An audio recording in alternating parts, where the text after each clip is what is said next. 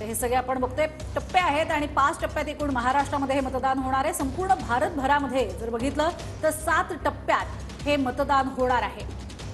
भौगोलिक परिस्थिती लक्षात घेत हे टप्पे तयार करण्यात आलेले आहेत आणि प्रत्येक मतदारापर्यंत पोहोचण्याचा आमचा प्रयत्न असेल असंही निवडणूक आयोगाने म्हटलेलं आहे। संपूर्ण देशामध्ये 1,82,00,000 नव मतदार आहेत। महाराष्ट्रासह 26 जागांवर विधानसभेच्या पोटनिवडणुका देखील होणार आहेत।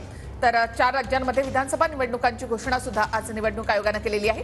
मात्र संपूर्ण देशामध्ये लोकसभेसाठी 19 एप्रिलला पहिलं मतदान होणार आहे।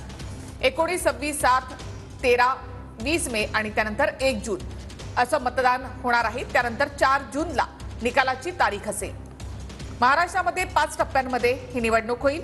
त्यामध्ये पहिला टप्पा हा 19 एप्रिलला असेल, दुसरा टप्पा 26 एप्रिल, तिसरा टप्पा 7 मे, चौथा टप्पा 13 मे आणि पाचवा टप्पा 20 मे।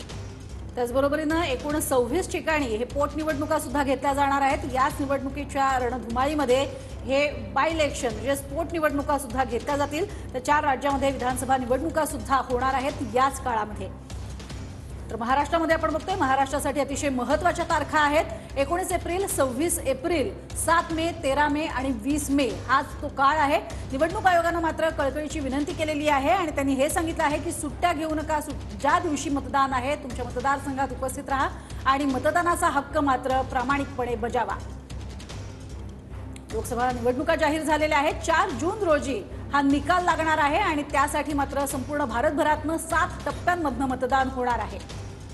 शेवटच्या घटकापर्यंत पोहोचण्याचा प्रयत्न केला जाईल आणि अगदी वयस्कर जे लोक आहेत आणि जे वयस्कर मतदार आहेत त्यांच्यापर्यंत पोहोचण्यासाठी सुद्धा सगळे प्रयत्न केले जातील असं स्वतः इथे मुख्य निवडणूक आयुक्तांनी सांगितलंय।